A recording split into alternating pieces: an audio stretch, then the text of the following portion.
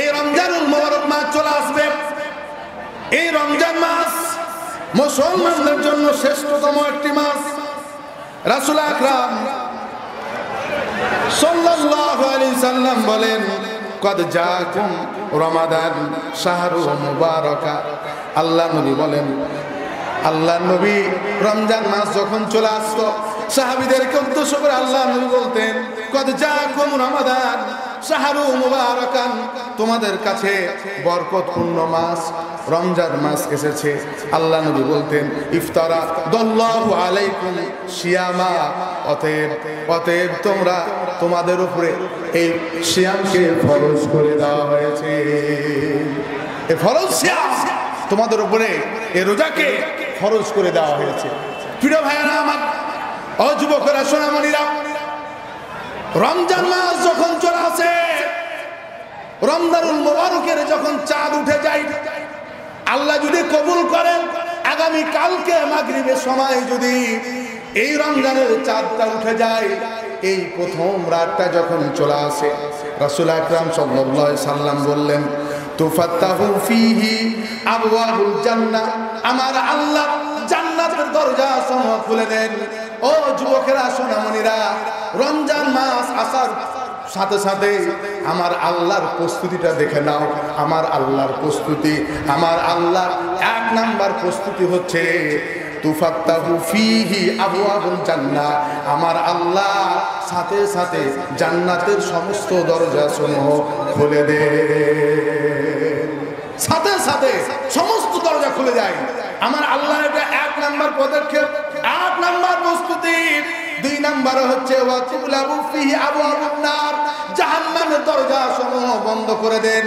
প্রিয় ভাইরা আমার, এই মাসের প্রস্তুতি আমার আল্লাহর পক্ষ থেকে দেখেন বান্দার জন্য আমার আল্লাহ জান্নাতের দরজা সমূহ খুলে দেন, জাহান্নামের দরজা সমূহ বন্ধ করে দেন। ওয়াতুগাল্লাউ ফীহি শায়াতিন, শয়তানকে শিকল দিয়ে আমার আল্লাহ বেঁধে দেন, আবদ্ধ করে দেন, যাতে করে এই শয়তান মানুষকে পরিচিত করতে না পারে, এই শ্রেষ্ঠ মাসের ইবাদতে বাধা দিতে না পারে। এটা হচ্ছে আমার আল্লাহর প্রস্তুতি। কার প্রস্তুতি? এই কথা বলেন, কার প্রস্তুতি? রমজানের চাঁদ উঠে গেলেই আমার আল্লাহ এই তিনটা প্রস্তুতি গ্রহণ করেন। এক নম্বরে বান্দার জন্য জান্নাতের দরজা সমূহ খুলে দেন, জাহান্নামের দরজাগুলো বন্ধ করে দেন, শয়তানকে শিকল দিয়ে আবদ্ধ করে দেন। প্রিয় ভাইরা আমার, অন্য হাদিসে রাসূল আকরাম সাল্লাল্লাহু আলাইহি সাল্লাম বলছেন, মাতা আলাল মুসলিমিনা শাহরুল খায়রুল লাহু মিন রমাদান।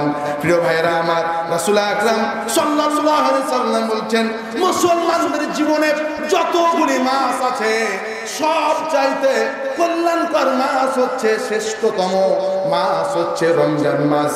প্রিয় ভাইরা আমার, মুসলমানদের জন্য শ্রেষ্ঠতম মাস হচ্ছে রমজান মাস। ওয়ালা আতা আলাল মুনাফিকুনা শাহরুন শাহরুল্লাহি মিন রমাদান। আর মুনাফিকের জীবনে যতগুলি মাস আছে, মুনাফিকদের জন্য সব চাইতে অকল্যাণকর মাস হচ্ছে রমাদান মাস। মুসলমানদের জন্য সব চাইতে শ্রেষ্ঠতম মাস হচ্ছে রমজান মাস, আর মুনাফিকদের জন্য সব চাইতে অকল্যাণ মাস হচ্ছে রমাদান মাস। কেন? প্রশ্ন আছে না? আল্লাহ নবী বলছেন, সাহাবীরা, মুসলমানদের যখন রমজানুল মুবারক চলে আসে, মুসলমানেরা আল্লাহর ইবাদত বন্দেগী করার জন্য আমার আল্লাহর কাছ থেকে মাসে শক্তি সঞ্চয় করে নেয়। লিল্লাহি তাকবীর। যুবকেরা, সোনামণিরা, আর মুসলমান আর মুনাফিকদের যখন রমজান মাস চলে আসে, তখন তাদের এক্সকিউজ শুরু হয়ে যায়। কি শুরু হয়? এক্সকিউজ। কি কি? শুধু সমস্যা। কি সমস্যা?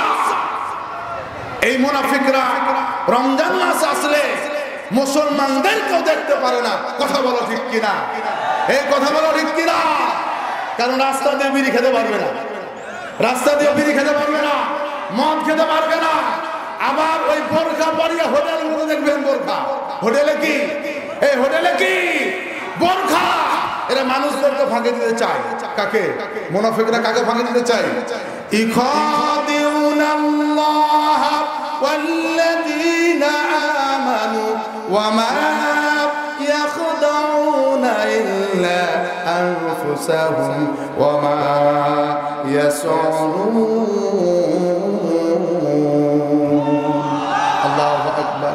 ইখাদিউনাল্লাহ, আল্লাহু আকবার। এরা এত বড় জাহেল, মানুষ তো দূরের কথা, এরা আল্লাহকেও ফাঁকি দিতে চায়। কাকে? এই কথা বলো কাকে?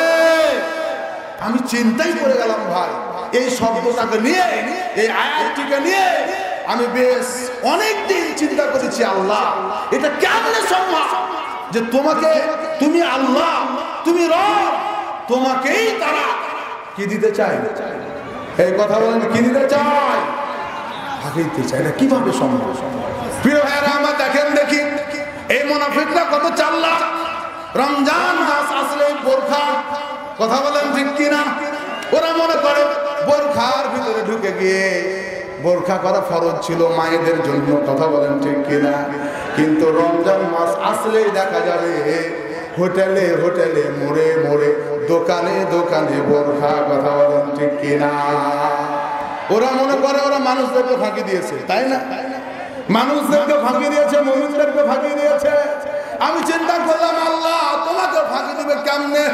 ও যুবকরা, সোনামণিরা, হাসরের মাঠে আমার আল্লাহ যখন বিচারের আসনে সমসীন হয়ে যাবে, চণ্ডীপুরের যুবকেরা, সোনামণিরা, যারা 5 ওয়াক্ত নামাজ পড়ে না, বলো দেখি, আজকে দুনিয়াতে তোমার বংশ বড় আছে, লাঠিয়াল বাহিনী বড় আছে, তুমি নিজেকে মুসলমান দাবি করতে পারো, কিন্তু কবরের বাড়িতে চলে গেলে তুমি 5 ওয়াক্ত নামাজ আদায় না করে তুমি নিজেকে মুসলমান দাবি করতে পারো না, কথা বলেন ঠিক কিনা? হাসরের মাঠে আল্লাহ বলবে, কি খবর? এই আব্দুর রহমান, কি খবর? যে হ্যাঁ আল্লাহ, আমি 5 ওয়াক্ত নামাজি ছিলাম। কি ছিলাম? আমি 5 ওয়াক্ত নামাজি ছিলাম। দেখেন আল্লাহকে ফাঁকি দেওয়ার চেষ্টা, দেখেন কত বড় শয়তান মুনাফিকরা, কত বড় শয়তান। দুনিয়া তো দূরের কথা, পরে কাল আল্লাহকে ফাঁকি দেওয়ার চেষ্টা করবে। এই কথা বলো ঠিক কিনা? এবার বলেন দেখি, যেই মুনাফিক